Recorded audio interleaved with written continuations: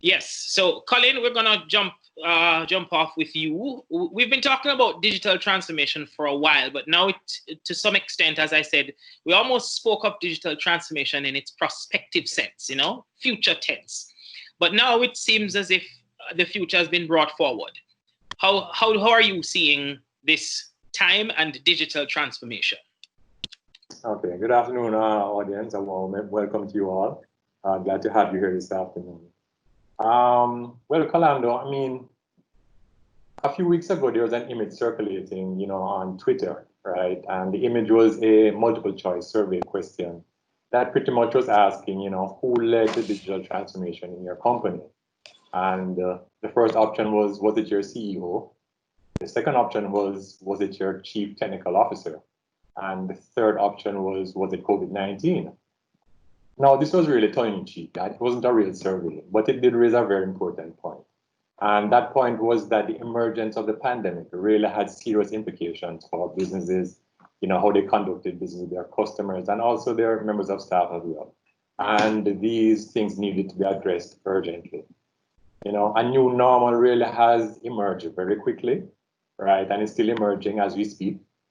Physical distancing and personal safety considerations forced many companies to adopt new ways of doing business that they didn't previously consider feasible or weren't even on the table for consideration until maybe some years down the line, right? So in a very short space of time, many retailers now want to get online quickly, whereas in the past, using cloud-based services might have been an issue.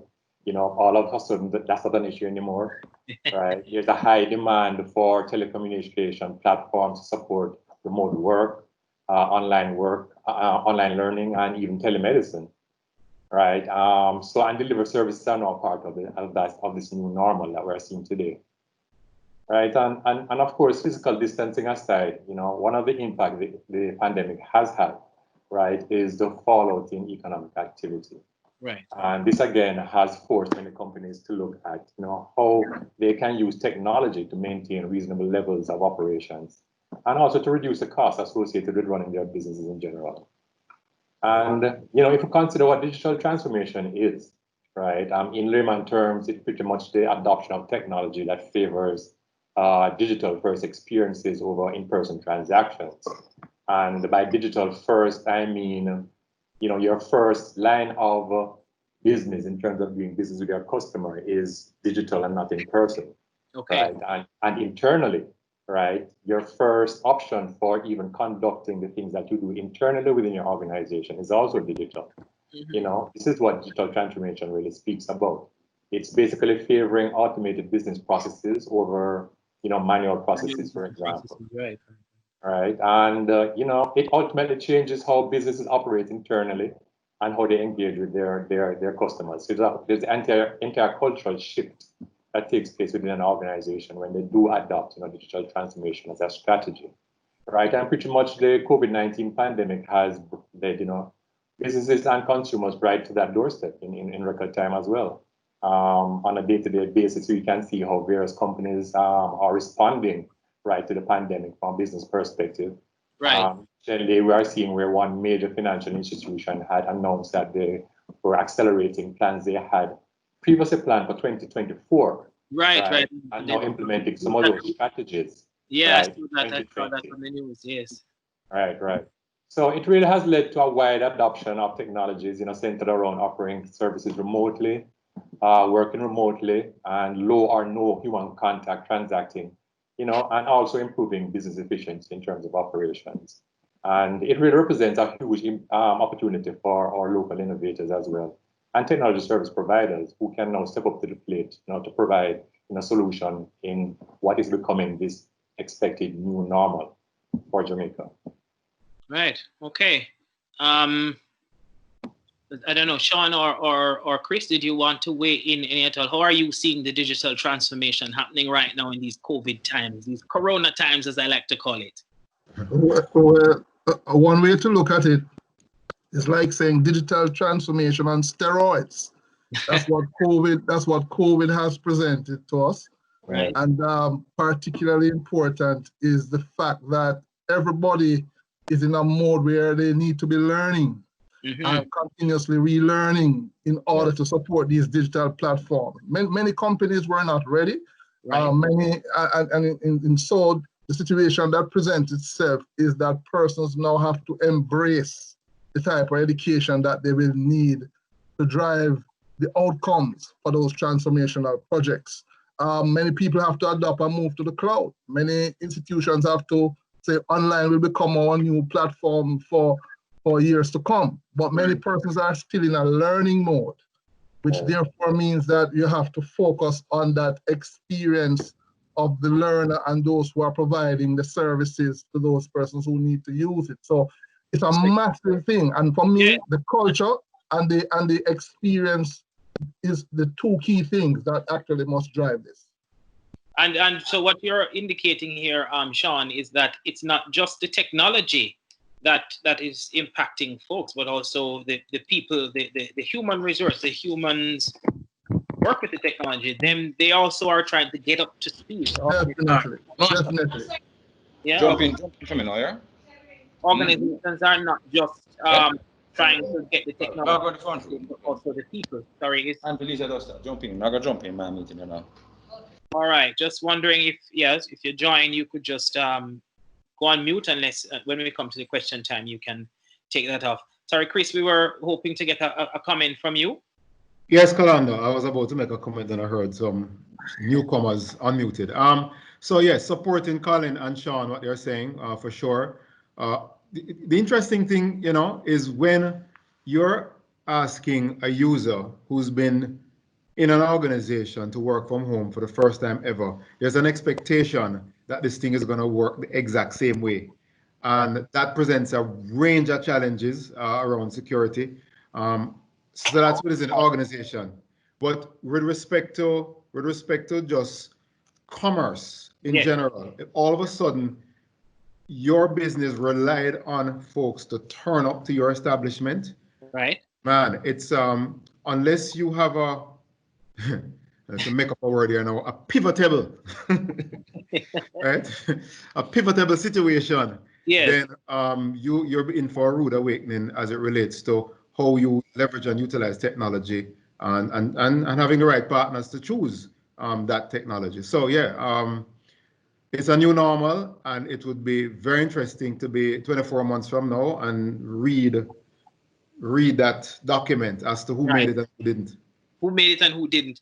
I mean, I like to look at it. I'm going to jump to Sean shortly to talk a little bit about IT infrastructure, but I keep thinking to myself, maybe we're not quite in the new normal yet. Right now we're in this interim normal, I kind of call it, because we're kind of holding our breaths, waiting to see, okay, what's the after COVID life going to be like? And so the new normal is still yet to be defined. And it may end up being, yes, quite a lot of digital stuff, definitely quite a lot of digital stuff, no doubt. But as you said, it remains to be seen, 24 months from now, who's going to be around and what do they look like?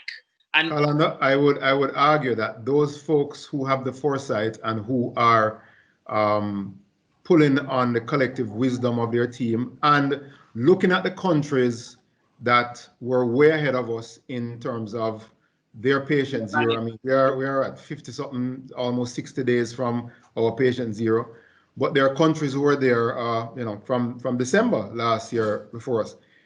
The organizations now that are doing the hard work to look to see companies in their industry, what they did, those are the companies that are making the right moves right now. Yeah, and that's important, making the right move, which is part of what we're about today, equipping them to know how to make the right move. One of the moves, obviously, as we said, IT infrastructure is one of those major enabler of the digital transformation. So Sean, we're gonna examine the role of IT infrastructure in that context. How would you advise businesses to approach their technology planning with regard to IT infrastructure? Right, so good point. So just to step back a bit and just to ensure that for the purposes of all, we are on the same wavelength. When someone speaks about the IT infrastructure of an organization, a simple analogy is to treat it like a digital nervous system of the organization that is managing both your hardware and your software assets, and you're monitoring that over large networks, right, or small to large networks. So your routers, your servers, your internet connectivity, your virtual, your VPNs for end-to-end secure access. You know, these are composites of things that support the platform, the digital platform that persons need to be using. Yes. And with that said, what then obtains is that you can leverage and deploy various technologies on these platforms to drive that rich customer experience. Key to it, and I have about 6-7 quick points I want to share about the essentials of the transformation process that will enable the business communities to actually move on to this, is that one, the mindset must be a growth mindset of all stakeholders. So executive leadership, business leadership need to recognize that in adopting the new normal, we must embrace the education that will be required to make that transition, to sustain and grow that business, right? That's key, that's one. Two, you need to ensure that you have the right talent pool and the talent pool with the type of digital skills. Whether you're going to build it or you're going to recruit them to be able to function. So as Colin indicated earlier, digital platforms suggest that you're running heavy data-driven businesses. So a lot of learning with respect to automation will include things like machine learning and data science. So therefore, the teams will need to be able to acquire those skills, for example. Then three, you need to really ensure that you have a good digital roadmap, create a good digital roadmap for where you want your business to be going. You know, take out a clean sheet of paper and you'll sit down with the team and look carefully at what exactly you want to be achieving in the next couple of months, weeks, months, or a year at a time. Deprioritize the projects that are no longer necessary. And now, if it is a COVID platform that you need to be running, look at what will be required in terms of your business model to drive that. 4, look carefully at the inventory of the assets and activities within your existing organization. And that will include things like looking at your people, skill sets, and determining if persons have the right skill sets relating to what you want to engender as outcomes for the various initiatives under the transformation. So you may have to reprioritize, you may have to redeploy, you may have to take those who are not necessarily at the top end of the game based on the initiative and actually retool them. Then you need to apply some design thinking into your setup, because one thing about uncertainty, and COVID represents that quite well, is that you must be able to, come up with a sort of an empathetic model. Look exactly at what the market is suggesting to you. Start defining, start ideating, and start testing what you have to put in place. And then build your digital assets, because your company or organization may not have all those digital resources that will push the platform that you want to be providing to your public. So for example, you have many persons are in the educational business, for example, which is one of my forte right now. You may not have all the virtual lab platforms to run and push online access. You may need to collaborate to build those digital assets and actually make them available to your end customers or end users. Yes. And some of those assets, Sean, would be completely new. You think about needing to figure out how to make your chemistry lab be definitely for the students. And private companies have to be building out those testing labs in order to support how their product will manifest itself in the next couple of weeks and months to come. You may have to repivot as well, and look at an organizational structure which may not have been there before. So you're going to have team dynamic changes, and that is going to change how the organizational structure will look. And minus the politics and the talent gaps, that is how leadership will need to be paying attention to how they're going to be driving the specific outcomes on the transformation initiative. So those are some very quick points I wanted to share that are critical. Yes, your 7th point was to pivot. Say that one again? Yes, it's to pivot. In other words, it's really to pivot based on the organizational structure. So the organizational structure that was there before, in the traditional sense, may no longer apply in the new normal, in terms of the platforms that you'll be required to support, you're probably going to need somebody called a network guardian, for example, to actually support components of the network, which might be a newer skill set. Yes. It may not be in the traditional talent pool that you have, but what obtains now as thought leadership, you will have to now change that structure to reflect the needs of the organization as you have identified on that roadmap that you have set out from the outset. There you go. So so you've offered us there a sort of a 7-point outlook yes.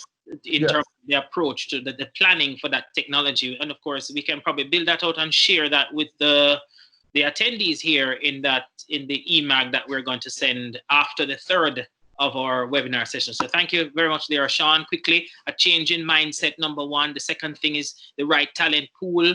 Number three, you need to have a good digital roadmap. Number four, look at the inventory of assets, which, as you said, include your human resource assets. Apply some design thinking, build those digital assets that you need, and pivot based on the type of organizational structure you have now to make sure you have the one that you need.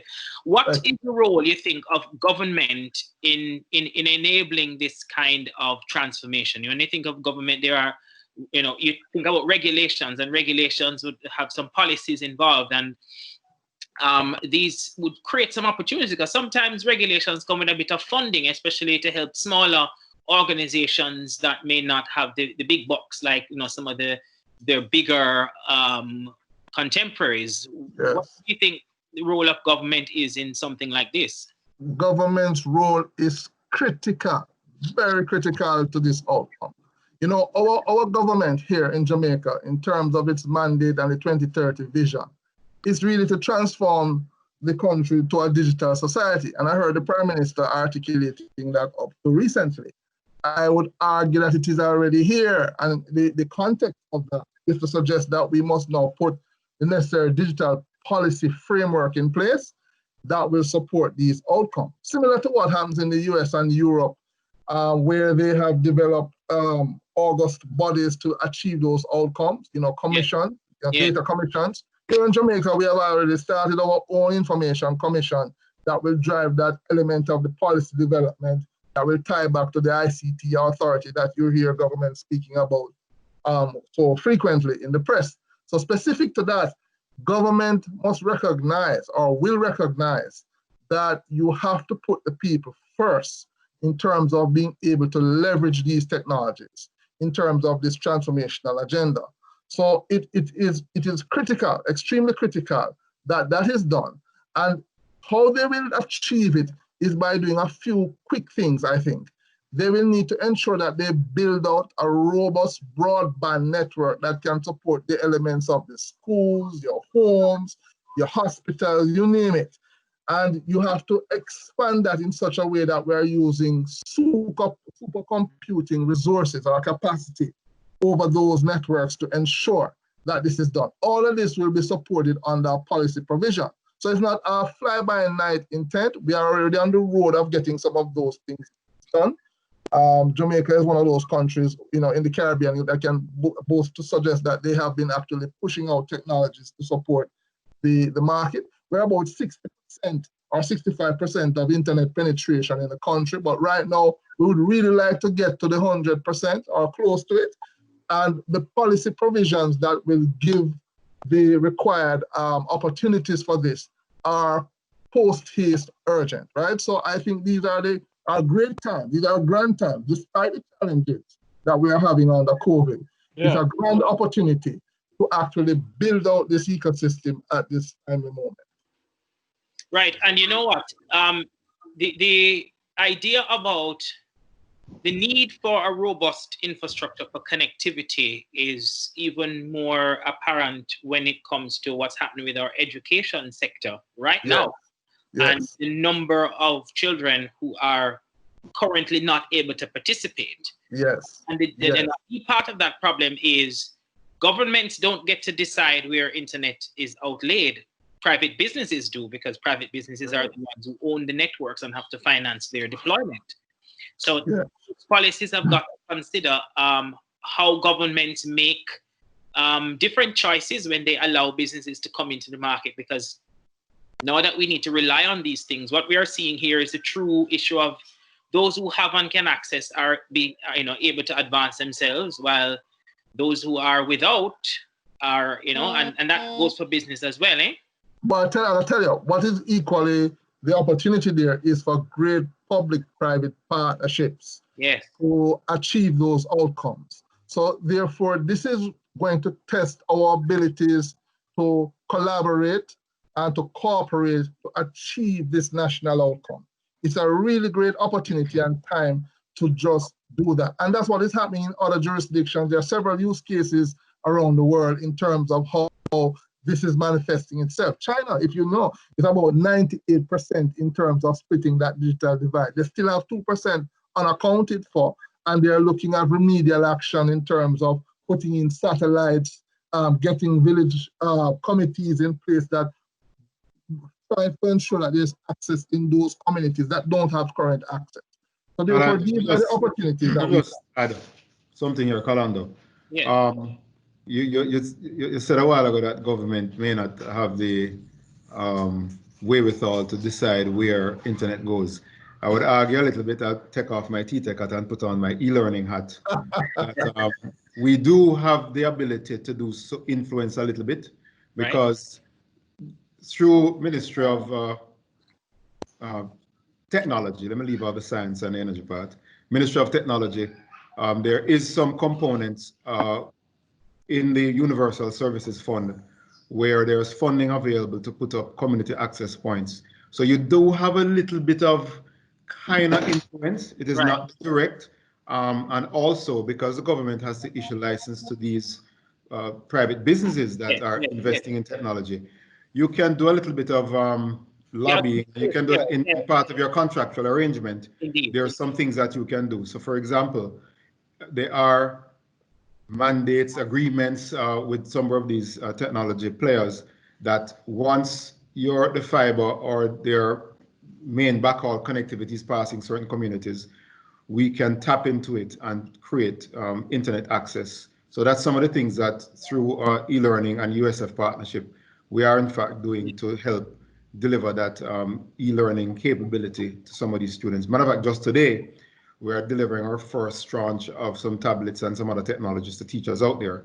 But today's not about talking about e-learning. So let me go back to what we're talking about. But it's a component of it. It's an important component. And I mean, I did mention the education bit, but because that obviously is an acute situation that we're facing right now as a society, and we are talking about what's going to happen to the future talent with all these things. So it's important, but that type of connectivity is still going to be good for businesses, because we're talking about the idea that lots of new businesses will emerge in this time, new ideas and things that people can sell, and having good connectivity is great for every category of business and business size. Once people can come on and get your service, business to business interactions or business to consumers, then that's good. So, it's good to hear that those are the plans. And, maybe you can push them a little bit more to, we'll see. Always working at it, always working at it. We appreciate that, Chris. All right, so we're going to take some questions now. If you have a question, you can indicate or you can post it in the chat, and we'll take questions to our panel. Remember, we've got Colin McGann, MC Systems, the AGM of Innovation. We've got Chris Reckord, CEO of tTech, and we've got Dr. Sean Thorpe, Head of School of Computing and Associate Professor of UTech, which is, in Sean's case, I guess, one of his many hats, just like Chris. So we can take some question. If not, we can just jump on to the next thing. Colin, I'm going to pull you back. Some of the calls you're getting at MC Systems about payment solutions concern the major need for people to shift customers to digital transactions. What are some of the solutions that would address these issues? And is it really a one-size-fits-all kind of situation that we're facing? Okay. Well, it's the questions, as you probably would gather yourselves, are atypical. Now that there's this new normal that's emerging, all of a sudden, I need to get online quickly. How do I do that? Delivery services are now part of this new normal. A lot of customers are asking, well, since I'm providing these services in different ways, what's the best way for actually accepting payment for those services? Right, and there are many options. It's not a one size fits all, but certainly I believe there are enough solutions out there to cater for the vast majority of the persons who are seeking solutions. For example, I mean, if you're launching your own e-commerce site, right. Several of the local banks already offer online acquiring services. So they allow you to pretty much embed, call it a virtual point of sale terminal within your application to accept payments by credit card or debit card. And you have options overseas as well. I think the most common one would be maybe PayPal. Right. But companies need to recognize, especially with overseas companies, there is additional friction, right, associated with working with those companies. You might be asked to establish, for example, a US bank account so that the funds can be lodged there, as opposed to sending directly to a local bank account. And then you'd now be faced with, the cost of remitting those funds back to Jamaica. And you have the credit card fees plus the service charge fees, which, may, end up to be as high as maybe 8 or 9% of the transaction amount, which pretty much means for every $100 transacted, right, only maybe $92, $91 may be lodged to your account, right? So business models really need to be able to justify that sort of cost. Right. Locally, I mean, most companies are already aware that through their online banking platforms, they can, make payments through either the automated clearing house or ACH facility or through the government RTGS. One option used by some companies is, they establish themselves as a biller with either their local bank or an online banking service. An online bill payment service provider. Yes. All right, so you can make payments that way, and that actually offers maybe less friction to your customers, right? If you're using ACH or RTGS, for example, you have to provide your customers with, bank account and a ton of information. Whereas if you establish a relationship with your bank, right, it's pretty much just select who the biller is, enter maybe an invoice number and amount, and that's all that's pretty much required, for that transaction to be, undertaken by the bank or the online bill payment service provider. Yes, and when you look at things like physical distancing and the need for no contact, especially in that retail space, that presents an obvious need for a solution that would preserve the customer experience, but safeguard the business's revenue opportunities. Because people are thinking, okay, when I go to shop now, I take my car key and I punch when the cashier swipes my card at the POS. Yes. I don't, because I'm just so mindful, so I take my car key and I punch in the numbers. So, if I could have a no contact and just sort of tap and go, I would take that. What are people, what are you seeing in that particular area, this need to not touch the devices? Well, definitely there are concerns being raised there. COVID-19 really has made the general population very hypersensitive, not only to persons who are nearby or near to us, but also to anything that they have to physically touch in public spaces. And I mean, the three culprits there are typically cash, credit card devices, and the ATMs. I've seen people do all sorts of strange things to try and get around, actually interfacing with, these things. On the international market for cash, I mean, in Europe, there are some retailers that have just said, we're not accepting cash anymore. I haven't seen much traction for that here in Jamaica.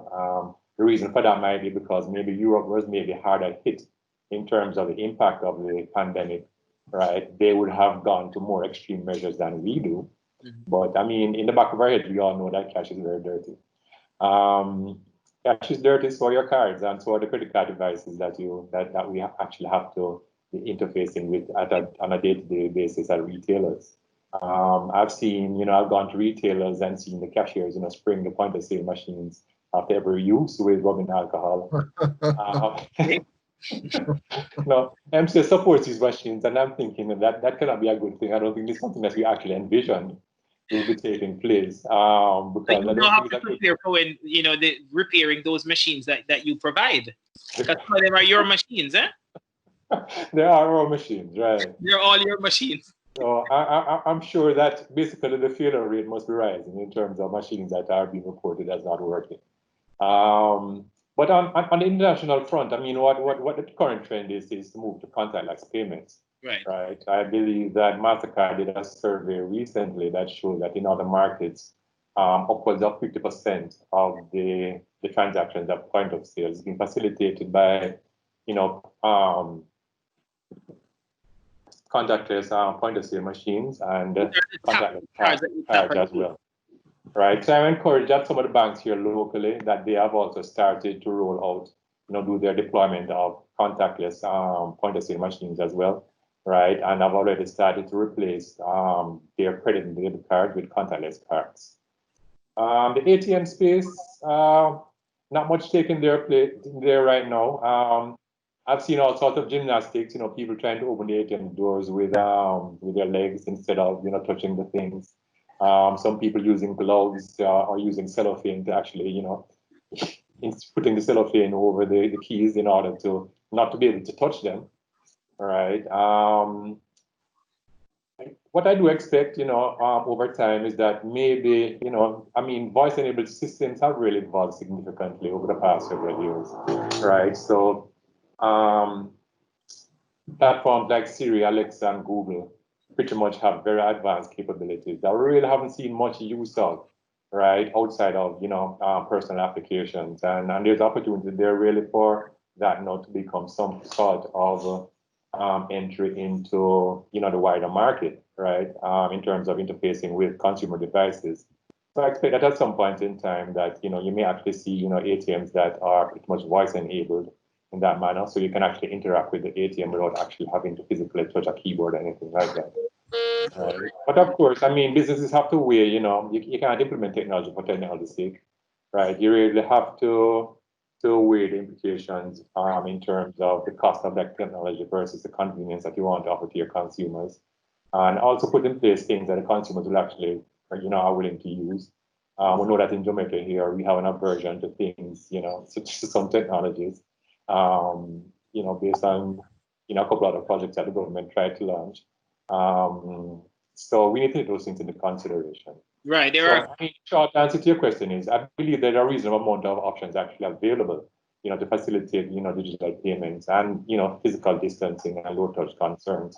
Not a one size fits all, but I believe there are enough options out there to actually, satisfy the wide cross section of both businesses and consumers. Okay. All right. Thanks, Colin. And we are looking at a cultural issue as well when it comes to the technology. I think that's the thing you were mentioning in just the, our apprehensions about things that I guess broad governments and so on have tried to do. There are cultural barriers that we have to overcome when it comes to Definitely. I have to remember as well, there's a large part of the population that is still unbanked. And because you still have a large unbanked part of the population, the transition is still going to have to adjust itself in weeks, months ahead to come. I think more persons will need to have a deliberate opportunity through government to get access to becoming banked in order to support more of these digital platforms and systems that we are speaking of. Yeah. And I think too, government policy, and I know the current government in different stakeholder meetings while I was sitting as JC's president talked about having a digital payment policy that would review some of these very things that we are putting forward right now. As a matter of fact, that is providing a lot of opportunity for those things to really go through the government, Senate and so on to get the required approvals, and for joint select committees of parliament to process. So I think it's a real opportune time, and the adjustment is really one that I am looking forward to over the next 12 months to see how we will, coordinate all these moving parts to ensure that, we can operate in the space of contactless. So we can have robust participation in the economy from the yes, at all levels, yeah. Indeed. A major issue, because we've covered the infrastructure bit and we've looked at the payment solutions, and throughout it all, whether on the infrastructure side, payment solution side, however you spin it, you can't do without the security. So we're going to go to Chris now. Chris, do you think business leaders understand and are making the right kind of investment in cybersecurity right here in Jamaica? If you had asked this question about 5 years ago, the answer would have been no. I believe right now, more are realizing, because the media has been assisting organizations like ours to shine a light down that very dark place, that these things are happening, and sadly we don't have the regulations in Jamaica that force people to disclose, but as more people disclose, we are realizing that this thing is real. So the answer now in 2020 is that there is a realization, and the larger organizations, especially ones that have good governance and good IT governance, they are making some moves. Mainly the corporates, they have been doing the main requirements around all the foundational IT security components of confidentiality, integrity of information, and availability of the IT infrastructure. So for now, the answer is it's improving. What would be, when we're saying cybersecurity, what are we talking about? So if we just break down the word and look at security, security is around providing protection for an asset. So whether it's your house, your car, and preventing unauthorized persons from accessing that asset. So we put the word cyber in front of it, or technology, or network, or computer in front of security, then it becomes now securing information in your organization, or securing access to your network, access to your technology, access to your data in the organization. So that's what the very big umbrella is, what cybersecurity and all the various things that us as practitioners do to help organizations protect their assets. So cybersecurity is a huge umbrella. Yeah. And you talk to 10 different people, you can get 10 different answers as to what exactly it is, and how the organization should approach cybersecurity. But right now, it is a critical component of any single solitary pivot, whether it's operational pivot or complete business pivot. It is in alignment with Colin's payment systems, and it is massively critical, whereas anyone is now looking to accept or set up any sort of online business. Security from the consumer standpoint or customer standpoint, all the way down to the organization selling the product or service. Huge. What are some of the cybersecurity needs that you are responding to during Corona? The biggest need is to ensure that I am sending home, so the business calls that we have gotten, I am sending home 30%, 50%, in some cases, 80% of my staff. In my organization, I have a team here, I have all the technologies here that's protecting my knowledge assets. However, I am unsure what will happen if I try. So a VPN alone is one thing, but I am unsure what will happen. How can I extend my protection to these knowledge assets as this person is now required to work from home? So that's the number one thing. So of course, one may ask, well, all right, so what's the biggest threat then? There are those that argue that the biggest threat to cybersecurity is the user. Right. Is the actual person. Because try as you might and train as the organization's budget allow, some people just click. If it look good, they're going to click, right? And our whole entire, level one, the biggest deterrent is explaining, educating, informing that user, think before you click. It's a campaign that I work with the Ministry of Technology on around every October. It's Cybersecurity Awareness Month. Do not click on the link if you don't know where it's coming from. But sadly, we do. But in that whole suite of threats, phishing, and the phishing, there is business email compromise. And let me tell you something, the business email compromise is huge, where you, through a lot of social engineering, or just even basic using social media or general media, online media, you go to you go to an organization's website, you realize who the CFO is, you look at their site of business. A very crafty cyber criminal and bad actor can formulate an email that appears to be coming from an executive or somebody in management in the organization to send to somebody else, because they've gotten all the names on the customer's website or their LinkedIn page or whatever, craft an email sending a link or sending instructions to wire money somewhere, right? And so that's business email compromise, Beck. That happens a lot. General phishing, which part and parcel of that whole Beck situation, where you want this user to click somewhere so that you can send them somewhere for them to know. The end objective is to compromise your machine, which then directly compromises the organization.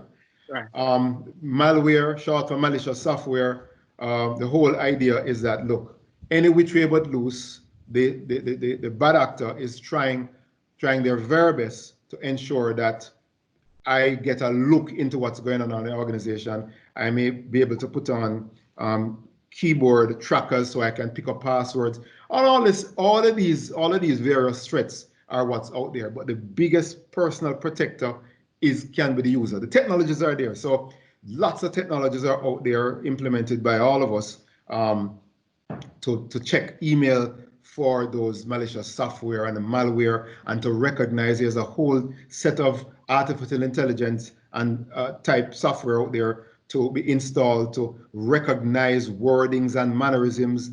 So try as you might, if that user don't click on the wrong thing. So cybersecurity awareness training. Once we go into an organization, that is the first thing that we have the organization do.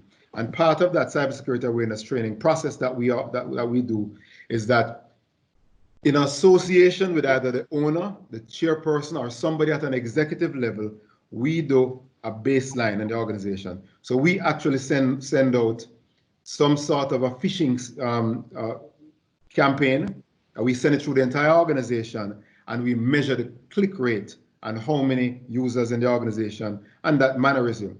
We then do the training, conduct the entire cybersecurity training, which, depending on the complexity of the organization, may go very deep, or sometimes it may be just very, short.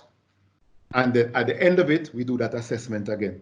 And then we can then report back to the executives and report back to the persons who need to know the level of how the business adapted to the training. And then that is now a program that is continuous. So that the awareness training is the key component in doing all of this. Now, if the organization has persons who they asked to work from home, then there's a whole other set of, apart from the cybersecurity awareness training, it's just basic things that we're asking them to do. So, the organization, we usually recommend and advise, turn on two-factor authentication. And what two-factor authentication simply is apart from you having a name and password, is that if you're going to access organizations' assets, is that once you put in your name and put in your password, it then sends a code to a device that we know that you own, a verified device. So we send a code back to your cell phone or your tablet or your computer to say, hey, we notice that you're accessing this asset or company's asset from a location that you don't normally access it from.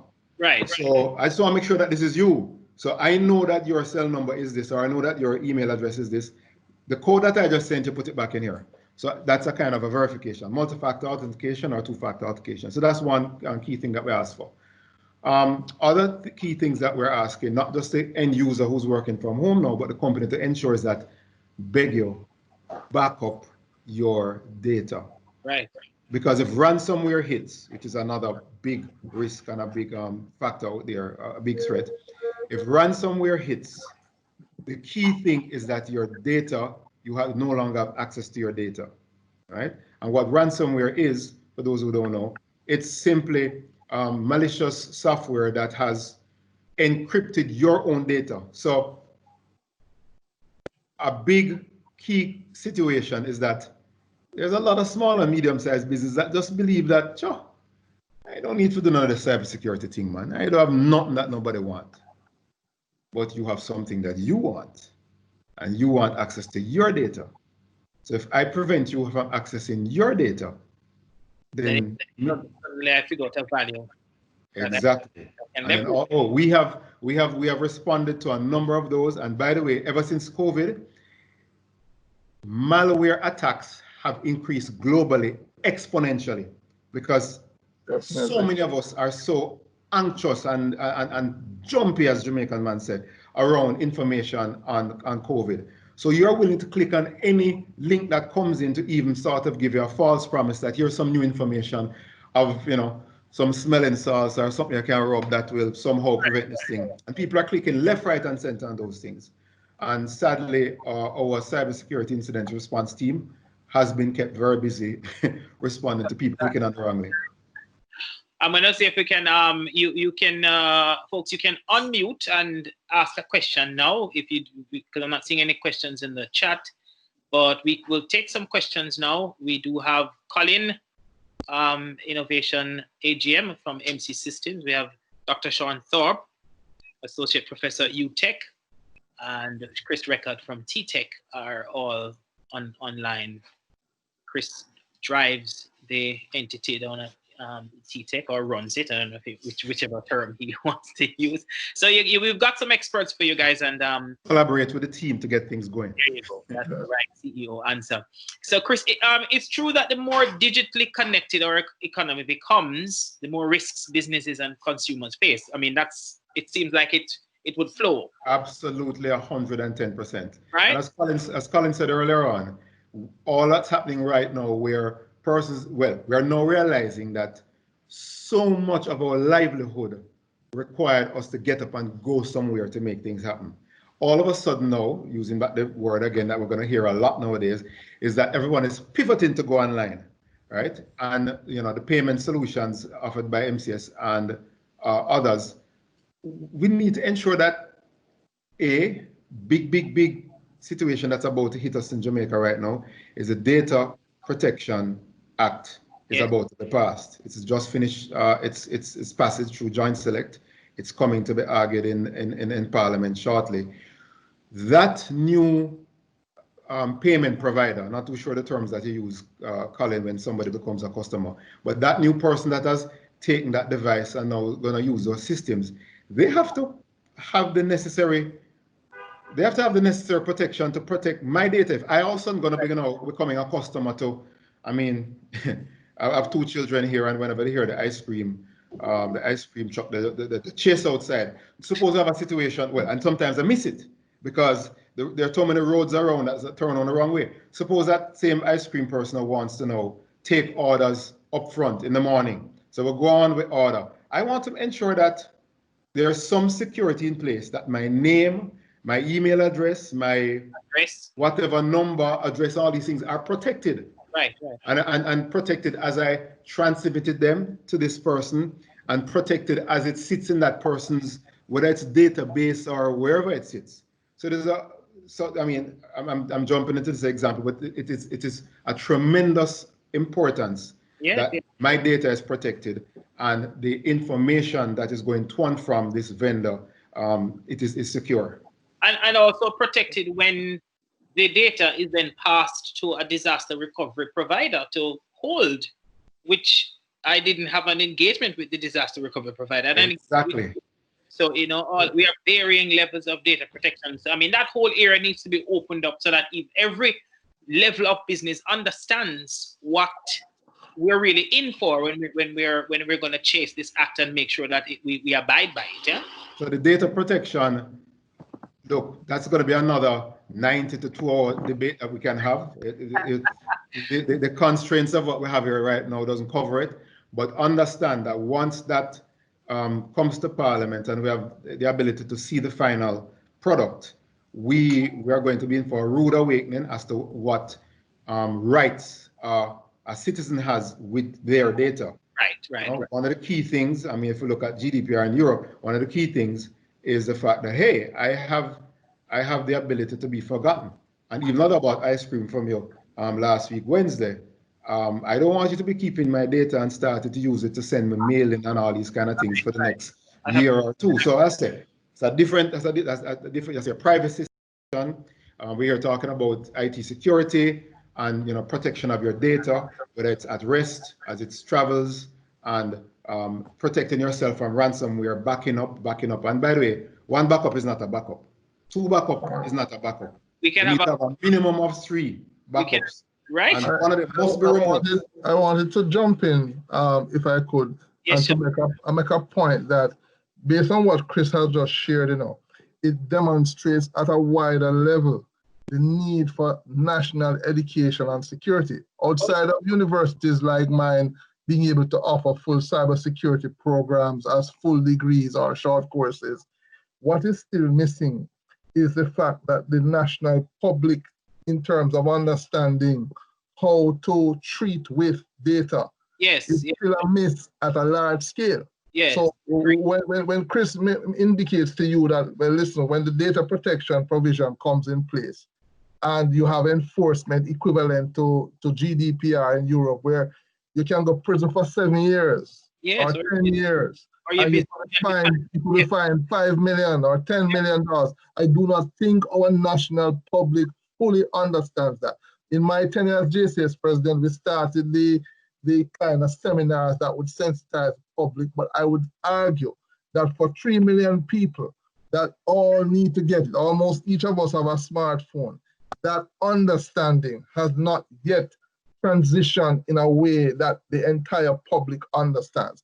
And I mean, I use this forum to argue that some national educational task force around how we pivot these digital platforms and understanding the security implications of using them for our best interest, we need to start with that type of education. So I'm going to argue that the equivalence of the PSOJ tech groups, the Jamaica Computer Society, the universities, etc., all have to come together as a part of a task force in pushing this at scale to assist our people to make this transition. That is a critical point that I wanted to share. So thank you. Gordon Foote is saying good information, guys, but still not reaching the right messenger. There needs to be experiential learning. And then he added also companies need to get the answer for adoption because understanding is low in many areas. I don't know, Gordon, if you wanted to just clarify a bit more what you meant on the experiential learning. You can turn on your mic and just share that with us so we can talk that through some more. Gordon Foote. All right, maybe Gordon is okay just typing his comments. All right, we'll catch up there. Chris, I did want to that one of the things I was hoping you could do even before we get to some of the mythbusters, and I know you started with one when you talked about small businesses thinking that nobody wants my data anyway. But when we look at the equation of more we go online, the more risks we face, if you could help us to identify businesses in particular, what are some of the greatest vulnerabilities a business faces in becoming digitally enabled? Well, I think a range of the risks have been laid out. I would argue, well, crystal clearly there's a difference between small, medium-sized organizations, which is the majority of businesses worldwide, Jamaica and North America, and enterprise. Enterprise organizations, they have a complete risk process where they go through and they look at the various things that can support, the things that can bring down the business. And I'd argue that our small and medium-sized organizations don't have that scenario usually. So it's something that I believe, as what Dr. Thorpe said a while ago, informing and educating our populace around some of these risks that a business who is looking to go and connect with all of these users digitally need to face. The key things are all going back to that user and how informed is that user about the capabilities that are. People don't realize how much things can happen when you're digitally connected. It's a tremendous amount of, Colin, about a year and a half ago, I was in North America, got to the gas station, filled up the car, and realized I didn't have my wallet. I should not have left the home without my wallet. And I stood there, realizing that I just filled up the tank. And I paused and wondered to myself, what the hell am I going to do? This is not Jamaica where the man up the road know me, and I can tell him I'll soon come, right? And I looked on the gas pump, and I realized it had the Apple logo on it, and it had the Android logo on it.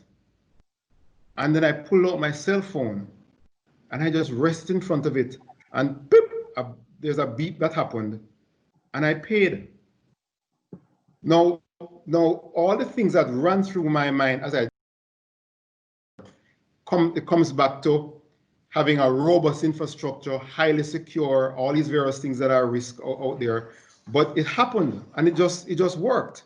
The other thing that happened to me in January that made me again step back, smile, and I'm in Atlanta, heading back to Jamaica in January, and I boarding call the call flight. I walked up and I'm handing the guy my my boarding pass. The guy just waved my pass and just pointed on the wall. I said, "Look here."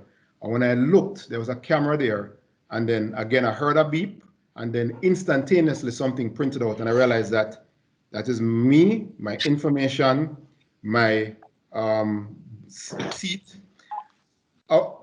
There's a feeling that ran through me, and then as a technology person, I just smiled. Yeah. And I said to myself, the future is here, because this is full recognition. I don't know where the hell I get the damn picture from. I don't know whether it's a passport or what. But I just looked, and what I realized is that the boarding took half the time the boarding normally took, because nobody had to be fumbling in their pocket anymore. You just walked up and looked. So I'm just giving you these two examples to saying, both of them are contactless. Both of them happened within so quickly. Yes. But they had to be trusting the system, right?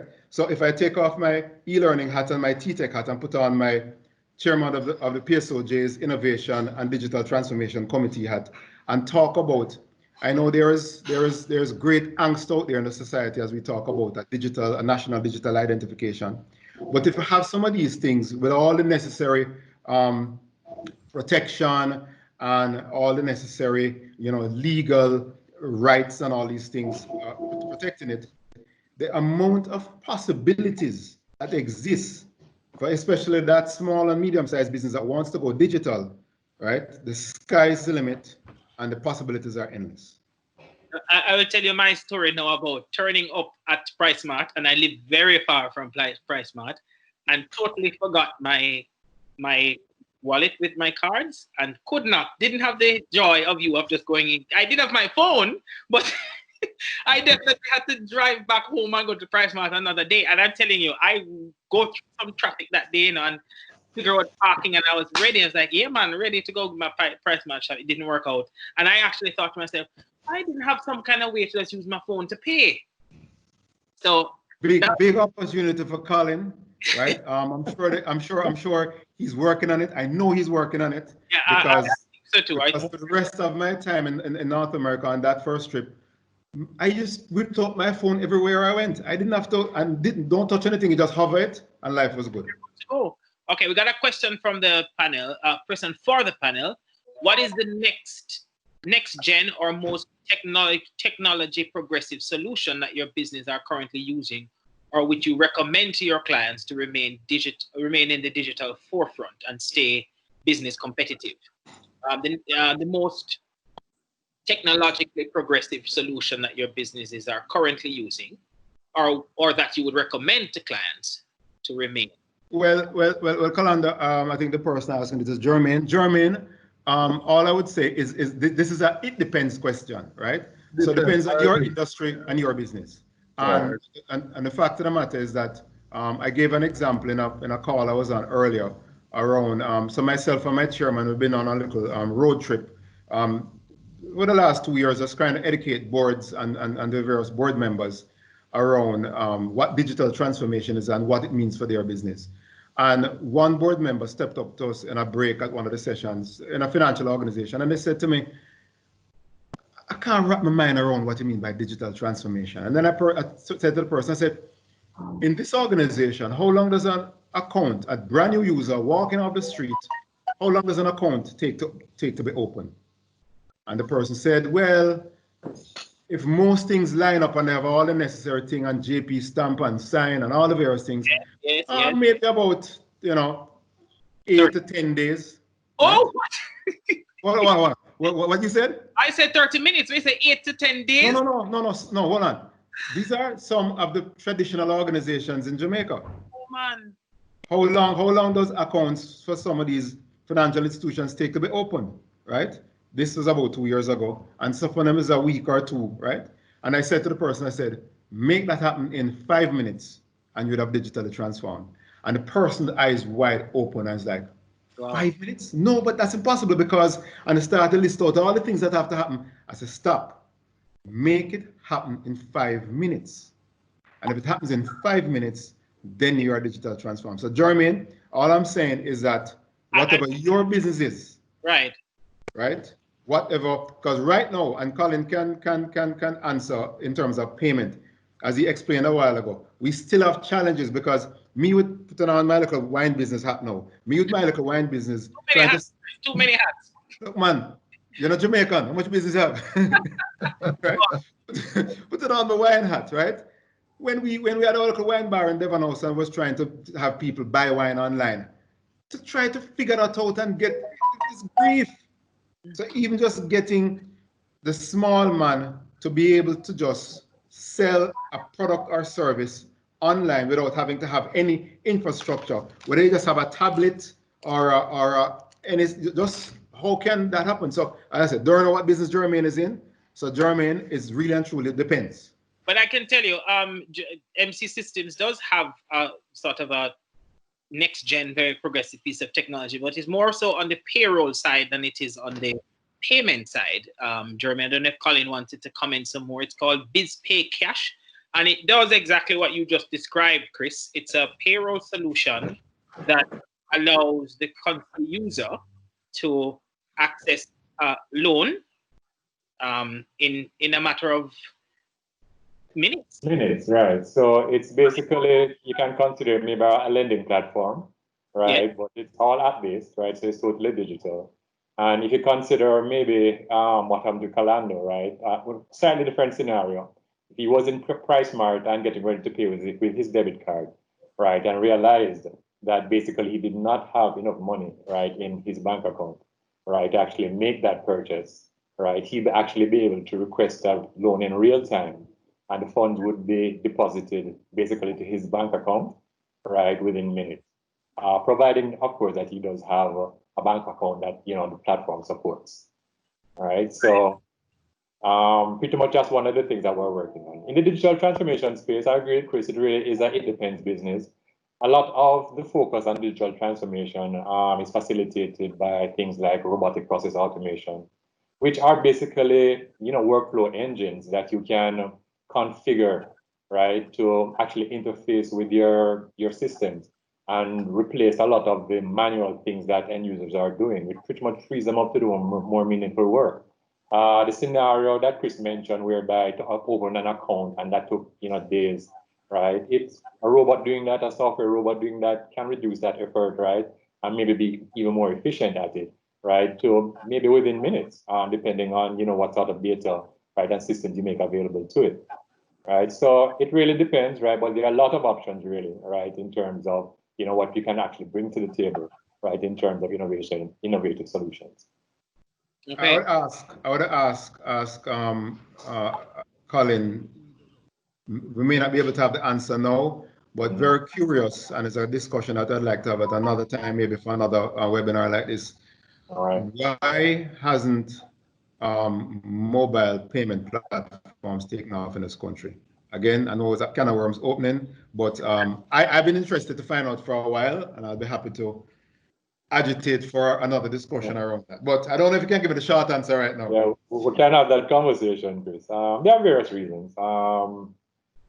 I think part of the reason is the user experience for the platforms that we have looked at aren't as maybe friction-free as they should be to the consumer, right? It has to be a platform that, you know, is as quick as and is as convenient as using cash, right? And there's a cultural issue as well, right? Because the cash is also anonymous, right? And a lot of people spending cash want to remain that way. So to try to encourage them to get onto, you know, a platform, right, really means they're giving up some amount of information that maybe they really just don't want to provide. Right, but there are ways. There are actually ways to change habits, you know. So those are things that MC Systems looks at. Cool. It would be great to have a broader conversation about it for real, Chris and Colin. And I mean, my own thinking is similar to what you said, Colin. When you look at people's behavior, how do you treat with money? If you're somebody who is going to be using the level of, you know, the cash threshold that the mobile wallet allow, you're probably buying something from a guy that is, you know, have a stall on the corner, and or you're taking a taxi, a robot taxi, or whatever it is. And if those other people within your ecosystem don't use your way of paying, then it becomes less attractive. So, I mean, I've always thought for a little while that there is no, the ecosystem doesn't have the support for people content to use that, because, you know, I'm just going to have to figure out how to get the money to pay the taxi driver. Then I just have my cash and ignore this app. You know, that's one of the things. Yeah. So thank you, Jermaine, and thank you to Gordon for your participation there. We are coming up to the latter part of this. And Chris, I did want to give you a chance to address just a few more of the myths. You know, what are some of the wrong ideas business leaders have about cybersecurity? You could share that with us really quickly, and then we do our final set of. Yeah, so the real the biggest one I think I mentioned already is that it won't happen here, and the challenge is for that organization to understand all the key components of it. So an organization may say, well, you know what, I don't have anything that is really confidential. Let's say that they're developing open source software. So really and truly, my software, I don't need to hide it because I was planning to give it away anyways. That's just an example, right? So if you look at the goals of cybersecurity, they call it the CIA of cybersecurity. There is a confidentiality component and goal. There is an integrity goal, and then there is the availability goal. So whilst you may not have something that you are hiding, or it's private and confidential, and it's a KFC recipe, or the REN of your formula, or whatever it is, it may be a situation where I just need to make sure that I have access to my own technology that I own every day. That's availability. So there are security components to it. So the big challenge is that folks don't realize that the security is so vast and wide. They keep thinking that it is, well, this is locked up in this box here, or this is locked in this computer, I am protected. But I may now prevent you from even getting access to your own computer by doing certain things. Confidentiality is one component. Integrity, I may do something to change the information that you thought you had. All of a sudden you look at your information and realize that, hold on there, your website is defaced. All of a sudden, I have a picture of Calando where the president and CEO supposed to be. I have Colin all of a sudden working in my organization, and he's not. Somebody is just doing this thing for fun and joke.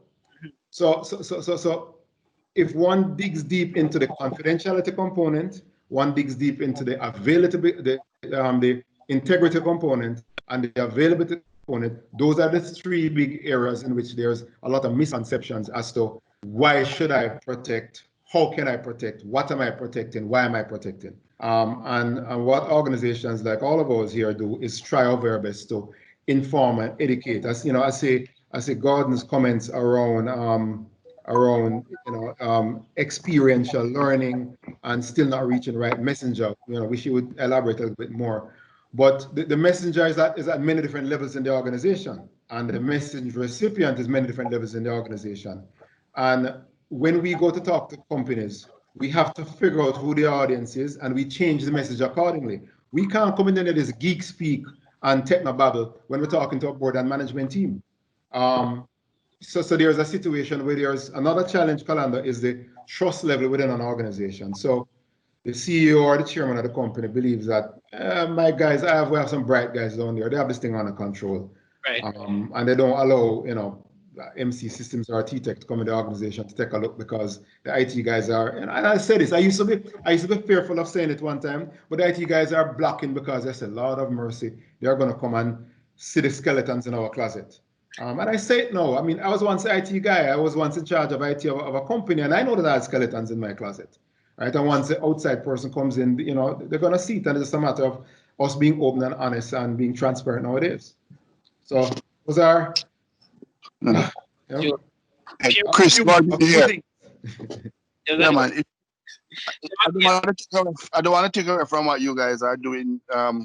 My short version is when I sit in front of an executive. If I'm taking more than 5 minutes to explain to you the importance of cyber, you're not really interested. Okay. Because if you're running an organization, you put it to a personal level and get to the experiential learning. If you cut your finger, wipe off the blood, put a band-aid, and then you go to the hospital. And this is what is happening with all of the malware and everything that's happening now. Everybody going home. But people don't understand that they can cut their finger. They don't understand they need to do the first things to educate and to put some basic endpoint management in place. Stop the pipe from leaking. They don't understand that. They don't understand their business process has changed because they used to stand up and go into somebody's office. They're now relying on an email. Or somebody used to send an email and walk past them and say, I sent you an email. It's now all remote. So something has changed in their business process. The way they exchange information, not everything that everybody has said, but they don't think it is important enough. When I speak to the JMEA, I said to people, you have changed your supply chain. You know, doing free delivery. You have to change how you deliver your product to your customer. So something has changed. Instructions will change. Your product delivered to your customer will change. A lot of things have changed. Have you reviewed your process and seen it? So, you know, it's about getting to the right person who will listen. Right. I spoke to a lawyer and I spoke to him about the security because I used to get fake email from him. I know that we have cover ID. I went back to him and said, are you secure? He's busy. He now has to stay at home. Check him next week. Not check him next week. Check me in 2 weeks. I deal with a lot of stuff. I don't see it as important. Yeah. And that's why I said, just to add to that, Sean. Right. Thank you, Gordon. Right. It's important for businesses to recognize that, you know, IT systems are the sum total of imperfect parts. Right. It is flawed software running on flawed operating systems, running on flawed networks, you know, running unexposed to the internet. Right. And then there's the human factor as well. And I don't think many organizations really recognize that and the impact of that.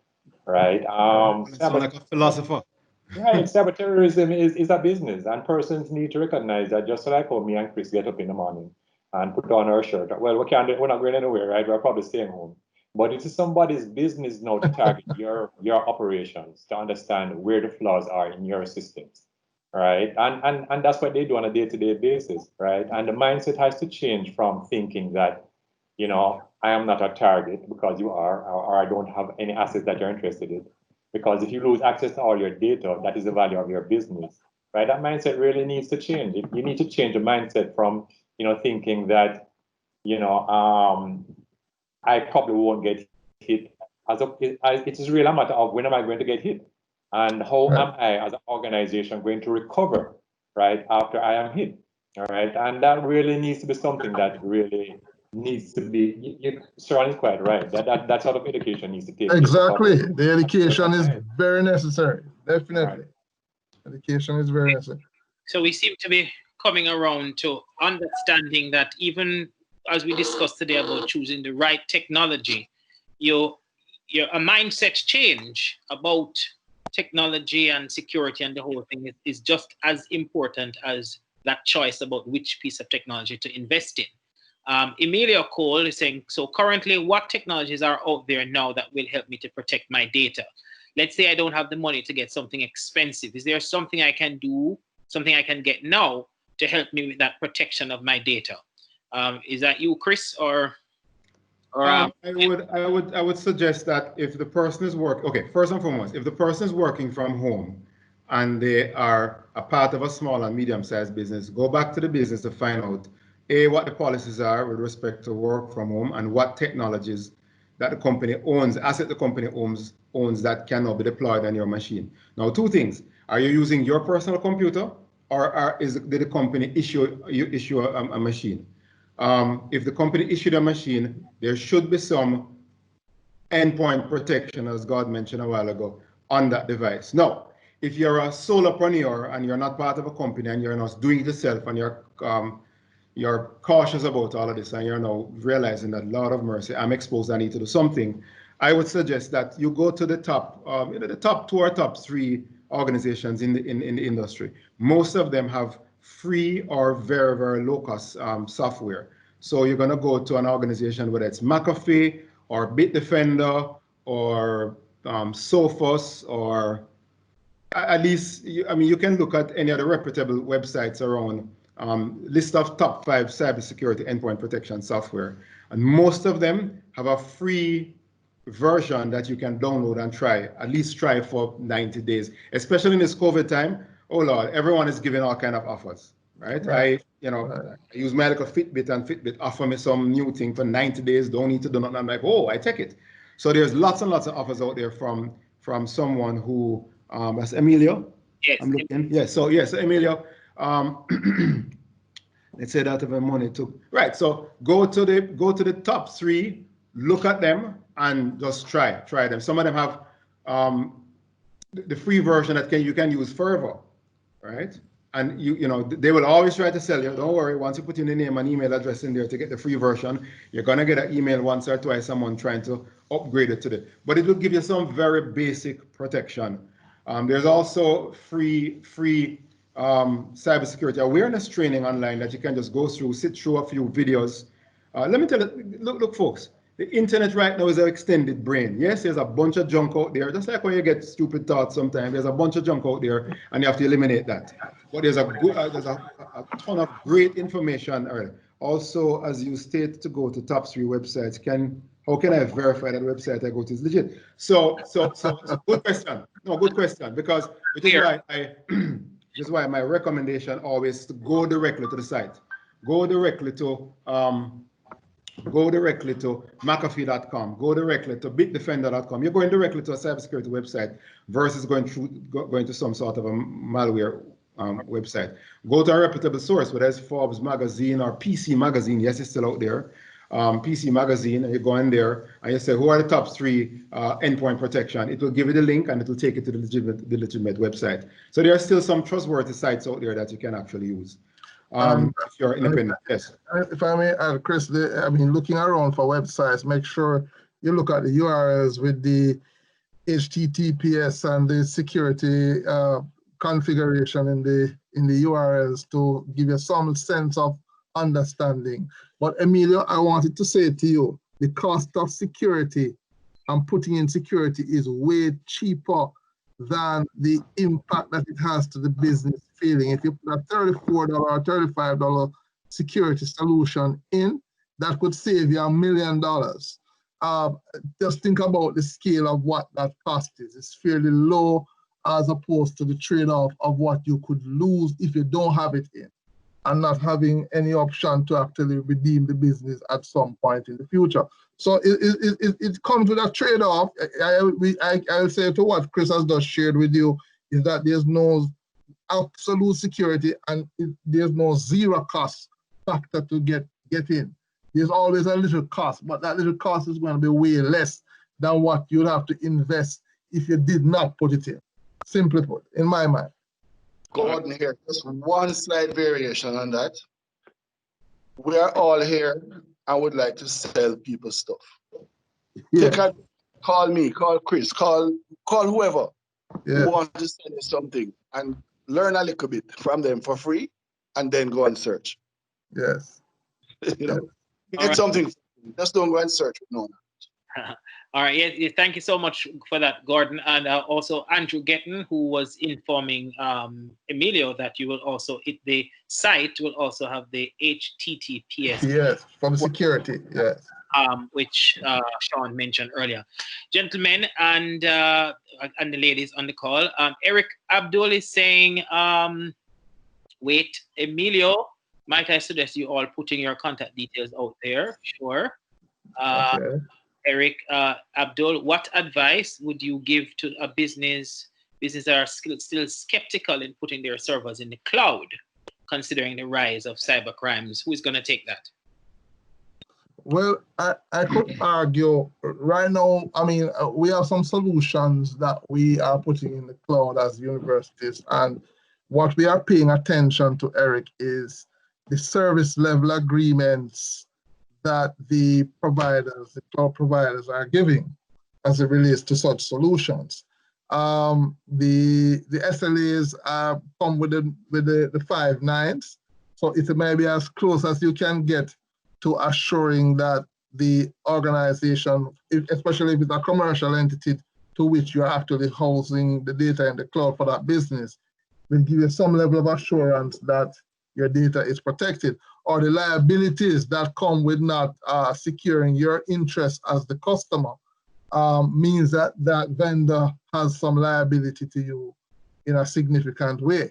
So that would be the approach I would take if I were you, in terms of moving your business to cloud. Think about a reputable provider of such services and look at the tiers of services that they offer and the service level agreements that come with those tiers of services before you move the data or move your particular operation into the cloud. Chris, I've heard and read that sometimes there is even greater protection in the cloud than your on-premise solution.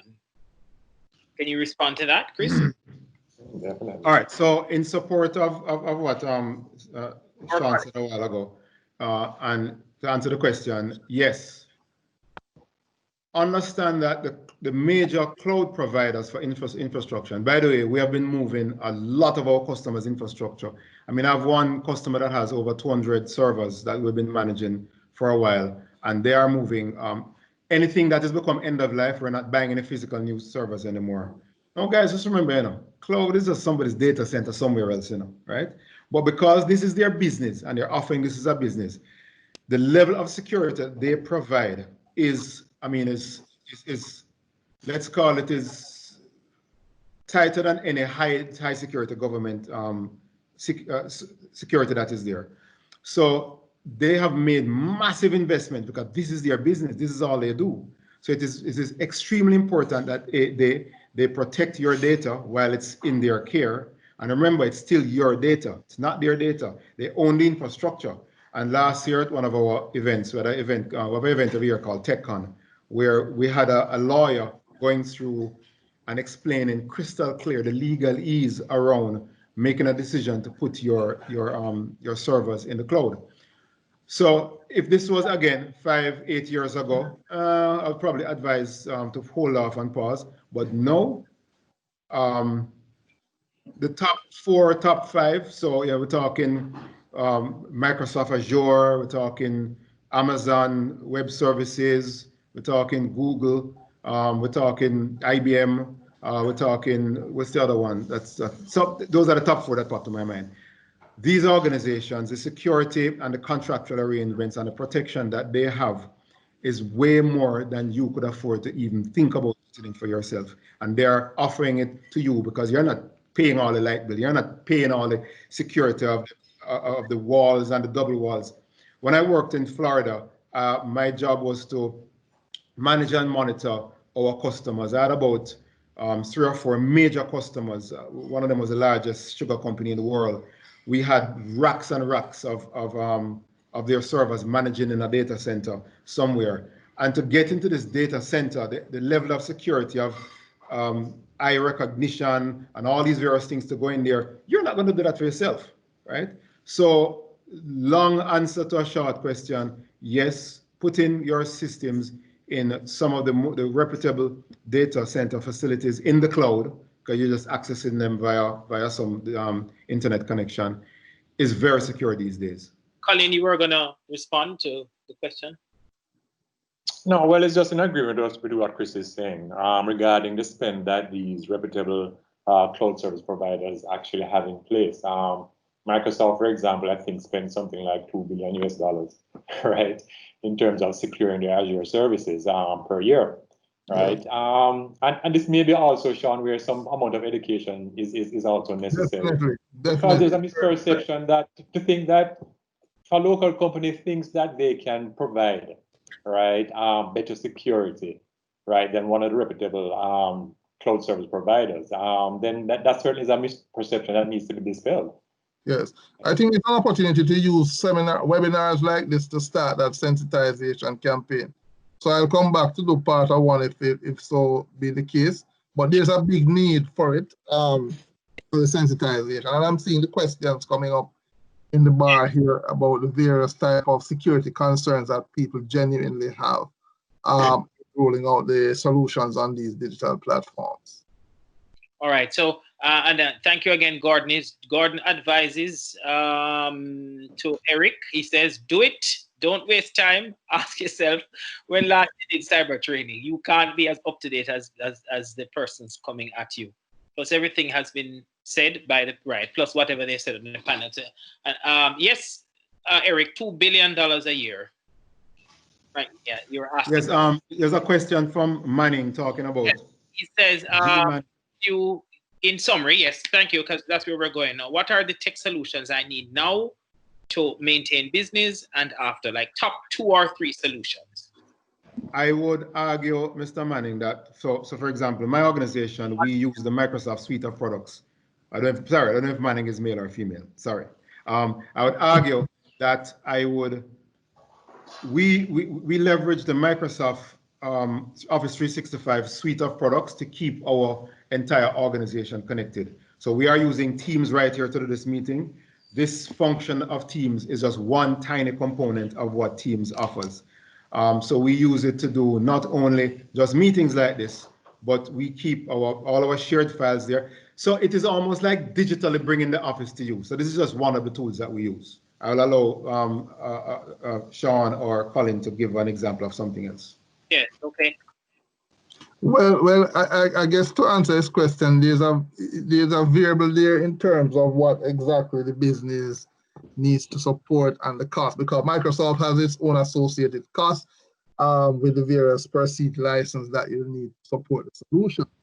For somebody who is in business, just starting up, trying to get proof of concepts going, open source solutions may be an option in terms of the technology stack. I don't want to pin somebody down to saying that we must go to a vendor-specific platform as the only option.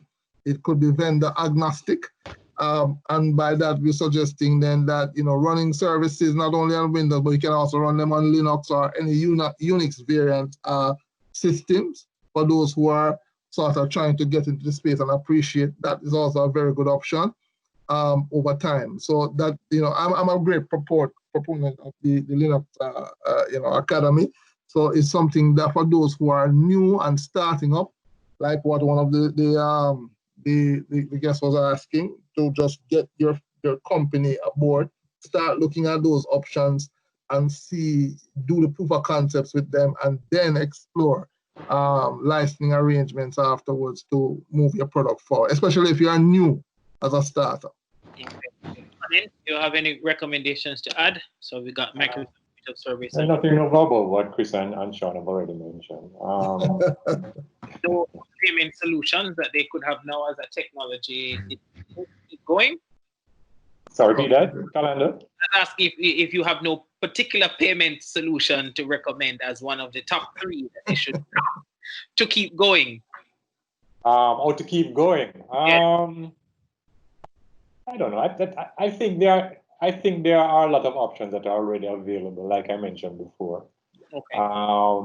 Certainly, if what you're trying to do is just to transact from one company to an individual or another company, right? Certainly, the cash economy is one of interest, right? And it really goes back to the question that Chris asked earlier regarding why mobile wallet platforms really have not taken us so far in Jamaica, right? So I think that's an interesting space to actually look at, right? Because maybe the value proposition, for all the stakeholders just weren't being met by previous solutions. So certainly that might be worth a revisit in terms of technology that needs to come to the market at some point in time very soon. All right, and This is where we leave the conversation for this, our second webinar session in the series. I want to say thanks to Colin McGann, AGM of Innovation at MC Systems, Christopher Reckord, CEO at tTech, and Dr. Sean Thorpe, Associate Professor and Head of School of Computing and Information Technology at UTech. Thank you for your insights, gentlemen, today as we explored business decisions, and we discussed quite a lot about choosing the right technology solution, whether it be on the infrastructure side, on the payment side, and surely on the security side. Thank you for having me. Thank you for having me. Great. Right. Thanks, Colando. Glad you were able to join us. Okay, so now we have a giveaway of $5,000 voucher to get some fresh local produce delivered to you by Farmgate Jamaica e-market. And the person who will get that is none other than Gordon. Gordon Foot, for your participation today. Nice, Gordon. Call me when you're using it. Gordon. Is Gordon still on? Okay, so folks saying thanks for the session. Another great session. Thank you. Thank you to for everybody here. Okay, so we're going to try and get in touch with Gordon. Oh, yes, he's still on. So congratulations to you, Gordon, for your participation. So we appreciate how do I get it? They're going to be in touch with you. Somebody from the team. Gordon. Well, Colin, thank you very much. Colin, thank you very much. Sean, thank you very much. Great discussions. I could sit and talk about technology for a whole year. It's what I've been doing for the last 30 plus years. So, well, it's great good stuff, guys. Good event. Thank you. Thank you too, Chris, for taking and your useful insights. So on behalf of MC Systems and partners, the Jamaica Chamber of Commerce, the Jamaica Manufacturers and Exporters Association, and the Private Sector Organization of Jamaica, thank you for attending today. We know, we had trusted it would have been useful, but so far it seems like from the comments here that you would concur it was a useful session. We'll share some reminders of the session with you, and we're going to send out an EMAG with more information. Maybe get some of the insight from Chris. He did share from a list. I know Chris had much more that he wanted to give on that list, so maybe we'll have some copy that you can read through with some of his advice about what to do, and also from Dr. Thorpe and Colin. Next week, we will have one final session. That session is going to look at the case for analytics, tracking that data and then be using it now and creating the systems that allow you to have very good data to make business decisions after COVID. This is where we say goodbye for today. And if you have any information, anything that you'd like to know, you can reach out to solutions@mcsystems.com. Chris, I don't know if you wanted to give some information. Somebody was saying share your details so they can get in touch with you. Yes, for sure. My email address is very easy. It's first name dot last name, chris.reckord@ttech.com.jm, or they can just go to the tTech website and click. I think there's an info@ttech.com.jm that's there that they can send some information, and I'll respond because I'm copied on all that. Thank you. Brilliant. In the meantime, in this time of mask wearing, corona quarantine, and curfews, we remind you to practice physical distancing, not social distancing now, but physical distancing, even as you remain socially connected until you beat COVID-19. And Chris with his red mask. We give you a nice little reminder from the Prime Minister, courtesy of DJ Power. I'm Colando Wilmot. See you on May 13 at 1 o'clock as we talk about the case for analytics. In the meantime, I'm going to share this song with you. Cannot move around by itself. If we control our movement, we can control the spread. If you do not have urgent matters to attend to, stay at home. If you have a cough, sneeze, sniffle, fever, stay at home. If you like symptoms of any respiratory illness, stay at home. If you do not have urgent matters to attend to, stay at home. By order under the Disaster Risk Management Act, stay at home. If you must go to the market, make a list and shop by it. Do not stay longer than necessary. Make a list and shop by it. Avoid touching surfaces. Avoid crowds and standing close to use a mask or a scarf to cover nose, mouth. If you have a cough, sneeze, sniffle, fever, stay at home. If you like symptoms of any respiratory illness, stay at home. Tan Ayoya, I order under the Disaster Risk Management Act, stay at home.